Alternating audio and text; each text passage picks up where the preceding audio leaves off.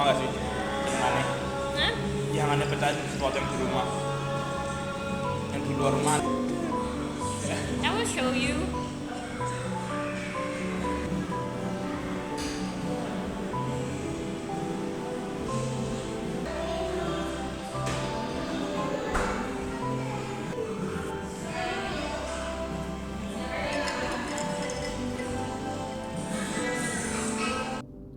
Oh my god. Jadi, hi, welcome to New Trading Journey. Kali ini aku baru selesai bikin video kayak video perantara antara sebelum aku bikin video penutupnya untuk novel yang ini. Dan untuk video kali ini aku bakalan mulai untuk membaca dan membahas novel berikutnya yang aku usahakan banget untuk selesaikan dalam waktu kurang dari 24 jam. Dan aku berusaha mungkin nanti malam kalau aku nggak ngantuk banget, aku bakalan kebut untuk baca novel yang judulnya adalah Tanah Bangsawan. Yang ini harus aku kembalikan bersama dengan dua novel lainnya, yaitu ini Sang Jenderal dalam Labirinnya, terus sama Solaris ini, dan ini itu besok. Jadi aku bener-bener harus kebut untuk baca novel yang ini. Gitu aja pembukaannya, dan aku bakalan tutup biar aku lebih fokus untuk membaca aja daripada aku pikiranku terbagi antara bikin konten sama membaca. Kelihatan gak sih sebenarnya aku tuh ngantuk.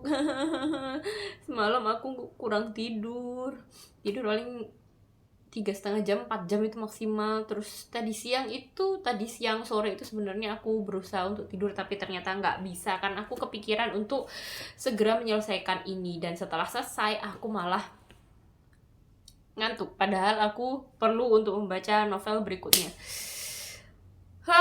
Dan aku bener-bener berusaha memaksakan diriku sendiri untuk jadi orang yang lebih rajin lagi, lebih bersemangat lagi untuk bikin konten. Karena memang pada dasarnya konten ini, membaca ini, mereview buku ini adalah benar-benar adalah hobiku gitu loh. Enggak sih, sebenarnya kalau review buku sih sebenarnya nggak terlalu hobiku juga. Cuman yang pada intinya membaca buku itu adalah hobiku, dan kayak ngoceh tentang buku ke orang-orang di sekitarku itu juga termasuk hobi. Meskipun kalau bikin konten itu agak cukup berat bagiku ya. Jadi sebenarnya aku bener-bener pengen banget untuk jadi orang yang lebih rajin lagi dan menghidupkan konten ini lagi. Makanya aku memaksakan diriku untuk membaca, dan aku men-challenge diriku sendiri untuk membaca ini secepatnya. Semoga bisa selesai. Gitu sih sebenarnya tujuan kenapa aku benar-benar pengen men-challenge diriku untuk membaca novel itu dalam waktu kurang dari 24 jam.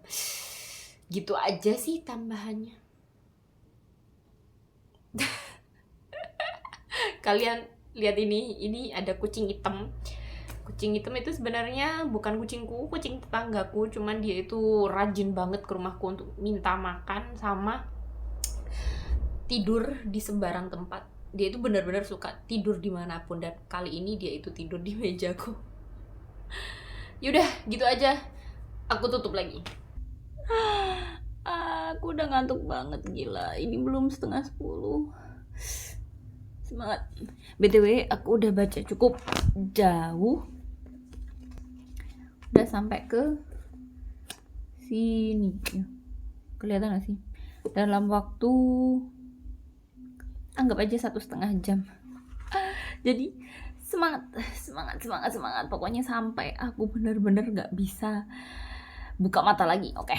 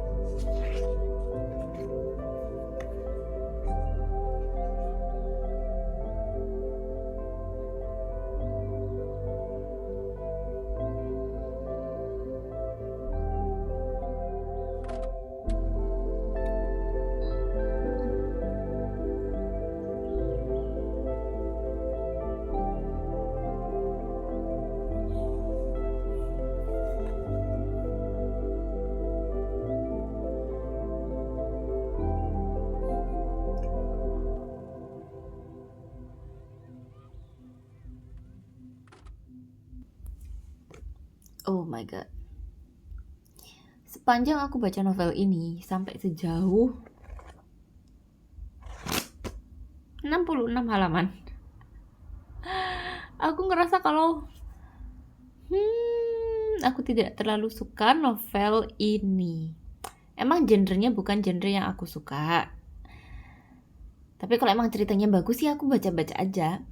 Cuman kalau yang ini aku ngerasa kayak ceritanya ditulis sama seseorang yang masih pemula banget gitu loh. Iya, aku juga tahu kalau yang nulis ini juga masih muda banget. Ya jauh lebih muda dariku ya. Dia kelahiran tahun 2004 itu sih sedikit lebih tua daripada adekku. Jadi aku ngerasanya itu kayak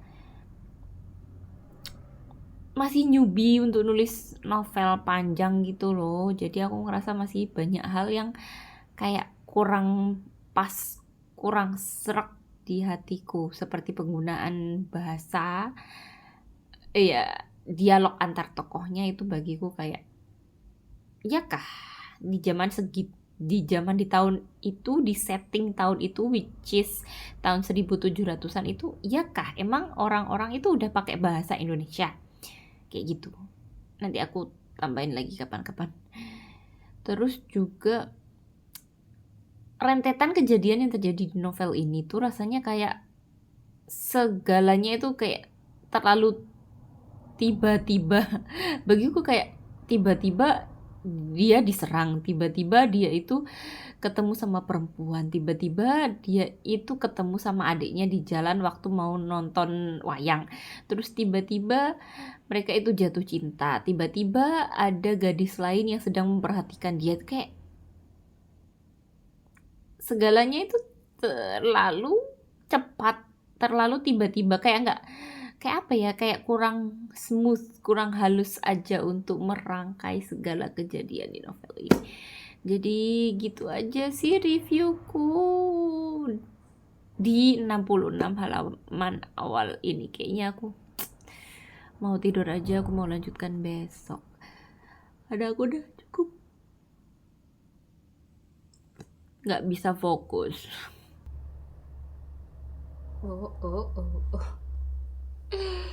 Jadi update ini di hari berikutnya ya BTW, setelah aku udah gak kuat lagi semalam untuk baca karena udah hilang fokus. Jadi pagi ini aku mau ke perpus, mau balikin buku.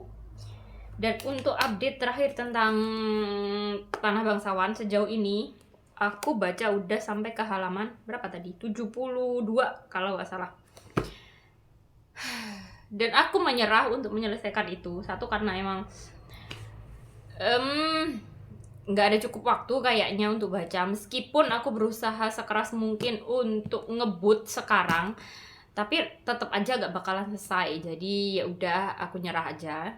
Toh nanti kalau aku ke perpus, kalau masih ada novel yang ini, kalau nggak salah ada 2 eksemplar deh waktu aku pinjam. Jadi aku bisa pinjam yang satunya, yang ini dibalikin, terus aku pinjam yang satunya untuk melanjutkan.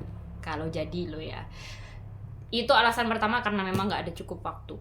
Yang kedua adalah, sejujurnya sepanjang aku membaca novel itu, seperti apa yang aku bilang semalam, aku tuh kayak gerundel itu apa ya, kayak ngomel-ngomel sendiri di dalam hati. Sepanjang aku baca ceritanya tuh kayak ngomel-ngomel.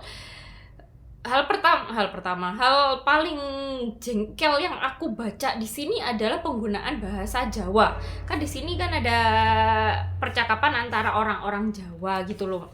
Orang-orang kan settingnya ada di Jogja, terus ada percakapan antara orang pribumi dengan orang pribumi, kan harusnya kan pakai bahasa Jawa. Dan ini adalah Jogja yang kita tahu bahwa orang Jogja itu pakai bahasa Jawanya itu yang benar-benar kental, bahasa Jawa yang halus. Meskipun mungkin kalau untuk ngomong sama temen biasa itu ya udah Jawa biasa aja, bukan bahasa Jawa halus yang seperti kita ngomong di keraton sih, enggak. Aku sadari itu. Cuman di sini yang aku rasakan adalah di tahun 1780-an, sesuai dengan setting dari novel ini, penggunaan bahasa Jawanya itu rasanya itu gak sesuai menurutku. Kenapa? Karena di sini penggunaan bahasa Jawanya itu benar-benar bahasa Jawa seperti bahasa Jawa anak muda zaman sekarang yang mereka itu udah sedikit demi sedikit kehilangan identitas kejawaannya. Aku pun juga begitu sih sebenarnya. Karena aku pakai bahasa Jawa itu gak terlalu lancar gitu loh, gak terlalu teteh, nggak terlalu bisa. Jadi kalau aku ngomong pakai bahasa Jawa itu juga campur-campur. Tapi yang aku rasakan adalah di sini ini penggunaan bahasa Jawanya itu lebih parah daripada apa yang aku bayangkan, daripada apa yang aku gunakan biasanya ketika aku harus menggunakan bahasa Jawa ke orang-orang di sekitarku yang kayak ya yang benar-benar Jawa gitu loh. Karena contohnya aja ya. Di sini aku kasih contoh satu kalimat pendek aja. Di sini ada kejadian di mana ada seseorang yang namanya Karno. Karno itu adalah seorang jongos atau pembantu rumah tangga di rumahnya Lars atau ya tokoh utama di sini. Karno itu adalah pembantu di rumahnya Lars. Nah, Karno ini bertemu dengan Lars yang sedang bersama dengan seorang perempuan di jalan. Nah, waktu itu Karno itu nanyain siapa namanya si perempuan yang sedang berjalan bersama dengan Lars. Harusnya kalau sebagai orang Jawa, kalau dia tahu kalau itu sama-sama orang Jawa, kalau nanyain pertanyaan nama atau ingin berkenalan, pertanyaannya adalah sopo jenengmu. Itu adalah kalimat bahasa Jawa yang kayak ya udah penggunaan sehari-hari gitu untuk orang yang kita rasa itu seumuran atau mungkin umurnya di bawah kita. Kayak bukan bahasa Jawa yang halus untuk ngomong ke orang yang lebih tinggi derajatnya atau lebih tua umurnya. Harusnya itu sopo jenengmu. Tapi di sini ditulisnya malah namamu sopo. Namamu. Sejauh yang aku tahu, nama itu tidak ada dalam bahasa Jawa. Maksudnya kalau kita menanyakan nama dalam bahasa Jawa itu nggak ada deh. Kurasa kayak sopo jenengmu gitu loh, sinten asmini panjenengan. Itu kalau bahasa Jawa yang lebih halus. Kalau namamu sopo, namamu itu lebih ke bahasa Indonesia daripada bahasa Jawa. Dan itu hanya sebagian kecil contoh dari percakapan bahasa Jawa yang bagiku itu kayak mengganggu pikiranku sepanjang aku membaca cerita ini. Karena memang ada banyak sekali percakapan dengan menggunakan bahasa Jawa yang benar-benar campur aduk banget. Sampai aku itu bingung gitu loh. Iya, aku tahu kalau yang nulis ini adalah anak muda. Tapi kalau dia anak muda yang benar-benar lahir dan hidup di Jogja, harusnya dia bisa dong memilah-milah antara bahasa Jawa yang benar-benar bahasa Jawa yang seharusnya sama bahasa Jawa campuran. Kayak sebel banget. Itu contoh kecil banget. Kalau contoh yang lain itu aku sampai capek ngasih tanda gitu loh. Ini ada di atasnya, ini kan ada sopo jenengmu, ini di atasnya itu ada yang lebih percakapan lebih panjang lagi dan itu lebih campur aduk. Aku bacain coba.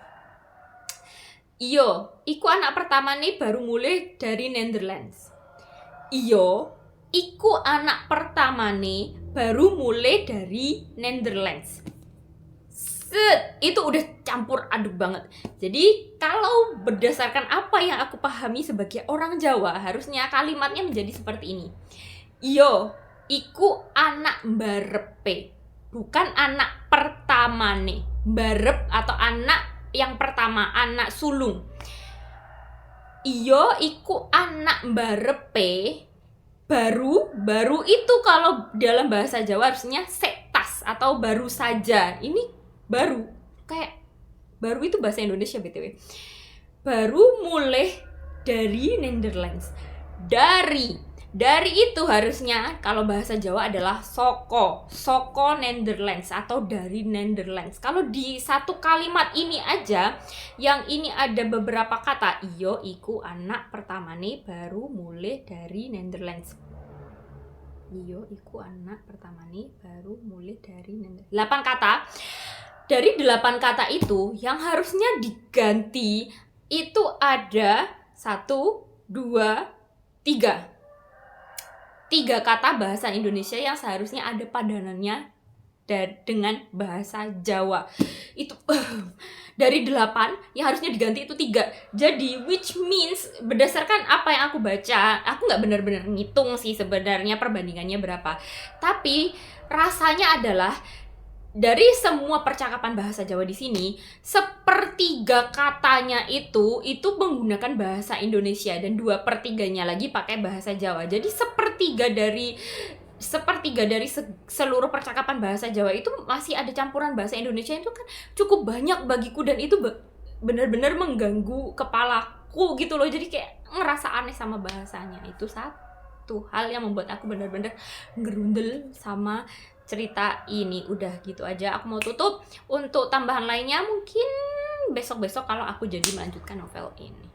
Setelah yang kemarin itu aku memutuskan untuk melanjutkan baca Will Grayson yang sebenarnya udah aku kembalikan ke Perpus Bung Karno, dan rencananya aku bakalan melanjutkan dari Ipusnas, tapi ternyata Ipusnas 2 bulan ini nggak bisa dipakai. Akhirnya aku memutuskan juga untuk melanjutkan membaca dan mereview novel yang sebenarnya udah pernah aku baca itu Desember lalu, cuman sama seperti Will Grayson itu belum selesai, yaitu yang judulnya adalah Tanah Bangsawan. Ini sebenarnya aku nggak terlalu tertarik untuk menyelesaikan membaca ini dibandingkan sama Will Grayson yang sebenarnya bagiku itu cukup sulit untuk aku sampaikan karena isinya tidak cocok sama orang Indonesia, sama budaya ketimuran. Aku lebih suka sama novel yang itu, honestly suka sama ceritanya, tapi ya tolong jangan dibully, tapi aku lebih suka gitu loh sama tulisannya yang itu, meskipun isinya agak menyebalkan bagiku. Sedangkan kalau novel ini dari awal banget, waktu aku membaca di awal itu sekitar 1/3 itu sebenarnya aku udah jengkel, udah banyak hal yang membuat aku nggak tertarik gitu loh sama novel ini. Yang terutama adalah kalian bisa nonton di video awal, yaitu aku membahas aku jengkelnya adalah karena di sini ada dialog bahasa Jawa, karena memang kan si tokohnya Rumi itu dari Jogja. Dialog bahasa Jawanya itu bagiku aneh banget karena seringkali si penulis ini menggunakan dialog bahasa Jawa itu campuran dengan bahasa Indonesia, jadinya bahasa Jawanya itu nggak pure bahasa Jawa, dan itu bagiku aneh karena aku adalah orang Jawa. Jadi aku tahu seharusnya si penulis ini pakai kata apa dalam dialognya, cuman memang kayaknya karena memang si penulis ini adalah seorang anak muda, lebih muda dariku waktu menulis ini juga, kalau nggak salah dia masih remaja. Kayaknya karena anak-anak muda zaman sekarang itu penggunaan bahasa Jawanya atau bahasa daerahnya itu nggak terlalu baik, makanya dia nggak tahu bagaimana cara menggunakan bahasa Jawa dengan baik dan benar, makanya banyak banget campuran bahasa Indonesianya. Aku bisa memaklumi, tapi aku tetap ngerasa jengkel. Kenapa sih dia nggak tanya sama sekitarnya dulu bagaimana cara penulisan dialog ini dengan bahasa Jawa yang benar. Jadi itu sebenarnya komplainku di awal. Terus sejauh ini setelah aku membaca ini lebih jauh lagi, ada sebenarnya cerita dari novel ini tuh aku ngerasa sangat pasaran. Aku minta maaf banget sama penulisnya, aku ngerasa ini adalah trups yang pasaran banget, yang bisa aku tebak jalan ceritanya itu bakalan seperti apa. Karena di sini berdasarkan blurb-nya aja ya, ini menceritakan kisah seorang laki-laki yang namanya Lars. Lars ini adalah seorang keturunan bangsawan Belanda yang tinggal di Indonesia, yang dia itu jatuh cinta pada seorang wanita pribumi yang namanya Rumi. Sedangkan sebenarnya Lars ini sudah dijodohkan dengan seorang perempuan Belanda juga yang namanya Enemy. Perjodohan ini pun dilakukan karena ada 2 keluarga besar yang berbisnis, dan mereka ini ingin memperbesar bisnis mereka dengan cara menjodohkan anak-anak mereka. Itu kisah cintanya. Sebenarnya dialognya bukan cuma kisah cinta antara Lars, Rumi sama Enemy, tapi juga ternyata di sini ada semacam pemberontakan dari rakyat pribumi yang mengancam keluarganya Lars, terutama adiknya Lars yang pada suatu hari itu diculik. Dan penculiknya ini sebenarnya sampai sekarang pun aku juga nggak terlalu yakin siapa yang menculiknya, cuman diduga penculiknya itu adalah pemberontak pribumi yang mereka itu tidak suka sama kehadiran keluarga Lars sebagai tuan tanah di sana, karena mereka kan orang Belanda, jadi dianggap sebagai penjajah, meskipun sebenarnya keluarganya Lars ini baik kepada pribumi-pribumi, kepada pekerja pribumi mereka, tapi banyak orang yang tetap tidak suka meskipun keluarganya Lars ini baik, karena ya perbedaan ras, karena dianggap mereka itu menjajah.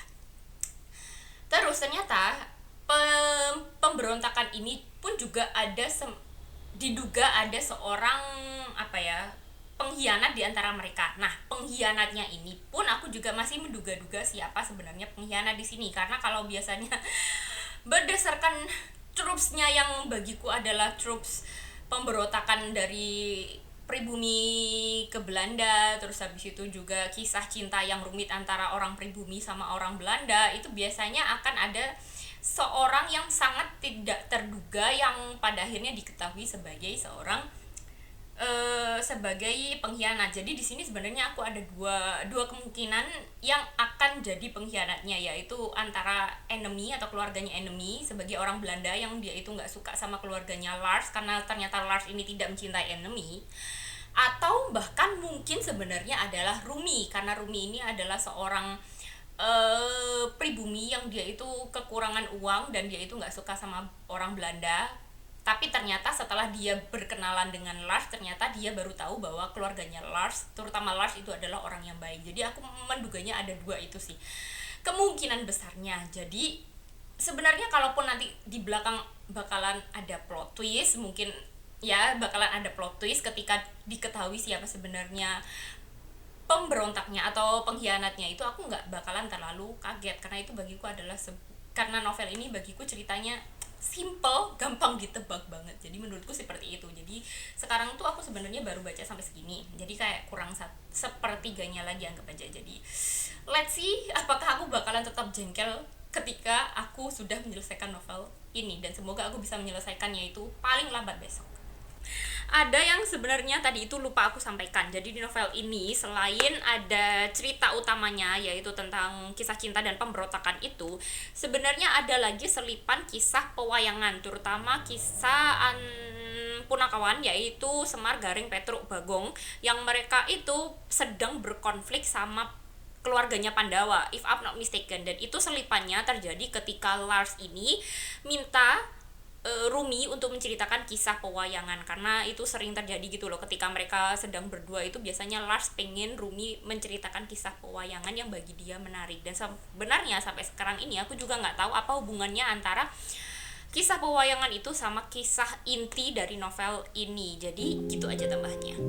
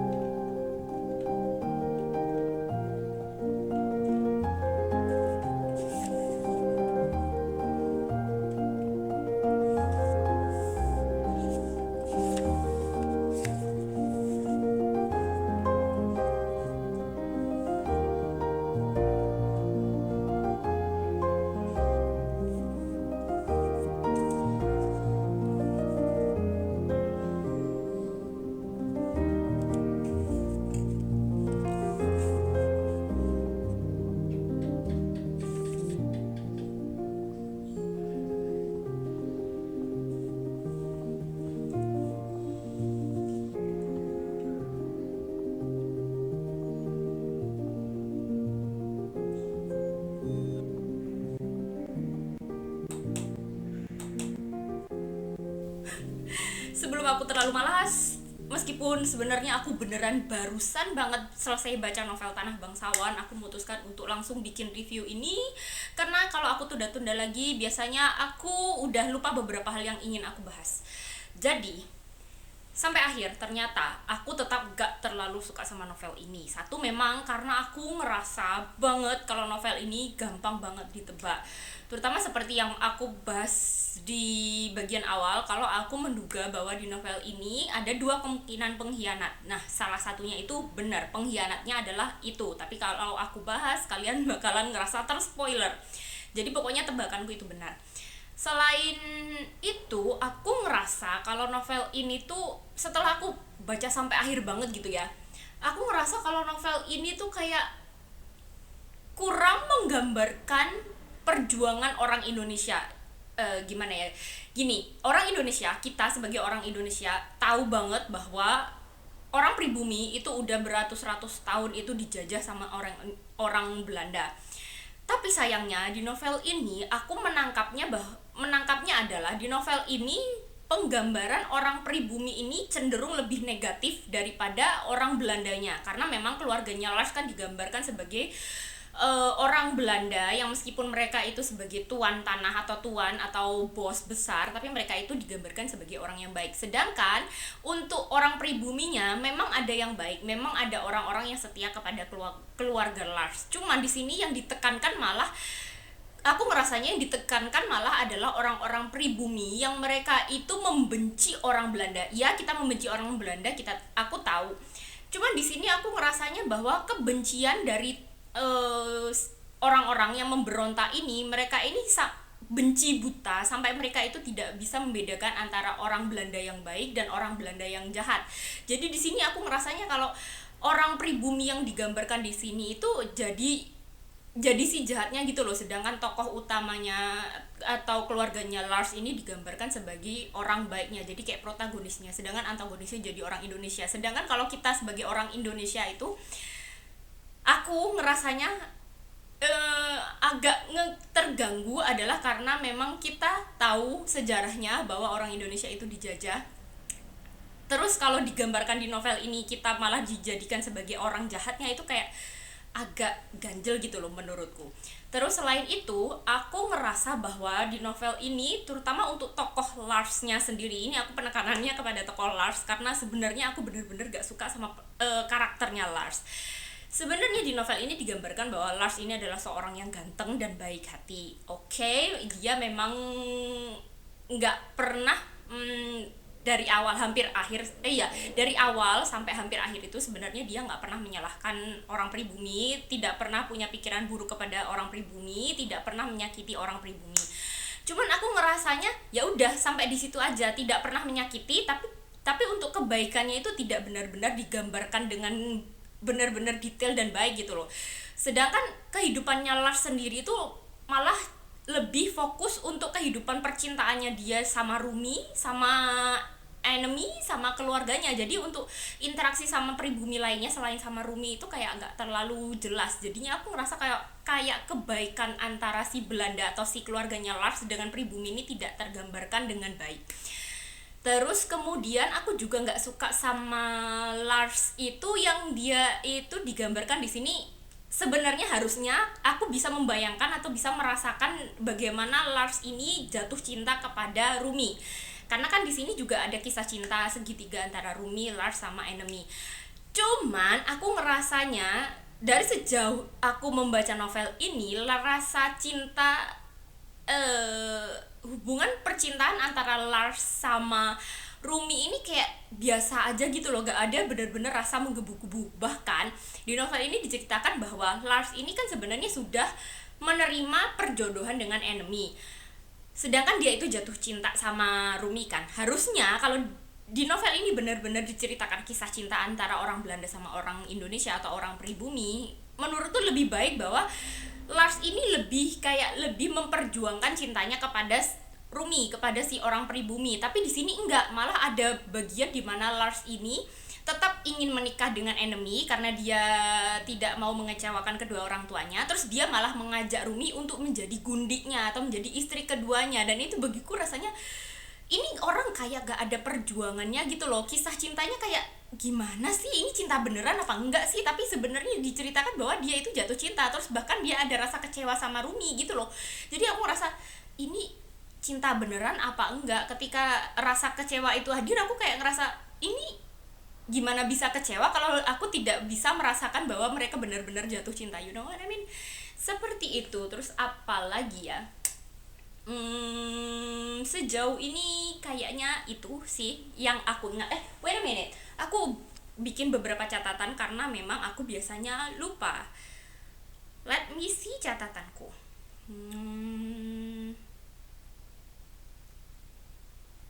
Oh ya, ada lagi yang membuat aku merasa kayak nggak terkonek sama cerita ini adalah ada beberapa scene, ada beberapa bagian yang bagiku itu konyol. Terutama yang aku ingat sekarang ya, kan setelah adiknya Lars atau Timo ini diculik, ibunya Lars, aku lupa namanya ibunya Lars ini mengalami semacam depresi mendadak gitu yang membuat dia itu nggak bisa tidur, nggak bisa makan, nggak bisa berkomunikasi, yang membuat Lars ini kebingungan bagaimana caranya agar ibunya ini menjadi lebih baik, sedangkan adiknya juga belum ketemu. Nah, yang anehnya adalah tiba-tiba enemy ini datang ke Lars. Dia itu mengajukan sebuah ide yang katanya ide brilian untuk membuat ibunya Lars ini jadi lebih baik. Yaitu idenya nih ya, dengan cara membuat segala sesuatu, segala kekacauan itu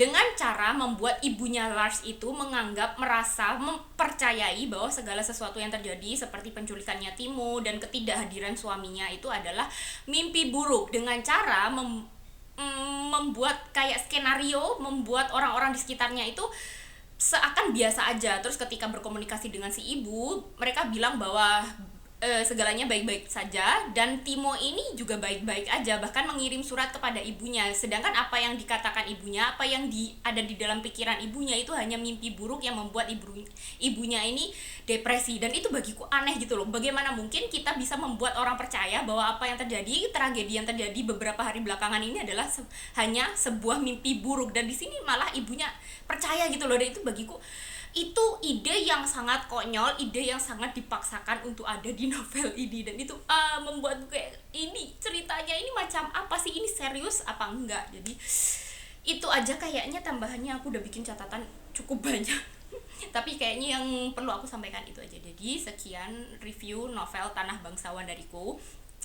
Sejauh ini sejujurnya aku nggak terlalu suka, tapi kalau kalian tertarik sama historical fiction, terutama yang menceritakan kisah penjajahan di masa Belanda, kisah cinta antara orang pribumi dan orang Belanda, yang ceritanya simple, yang ceritanya nggak terlalu rumit, yang ceritanya mudah ditebak, mungkin kalian bisa mencoba untuk membaca novel ini. Jadi sekian review dariku, semoga kalian betah nonton sampai akhir, semoga kalian ngerti apa yang aku sampaikan. See you next time, goodbye.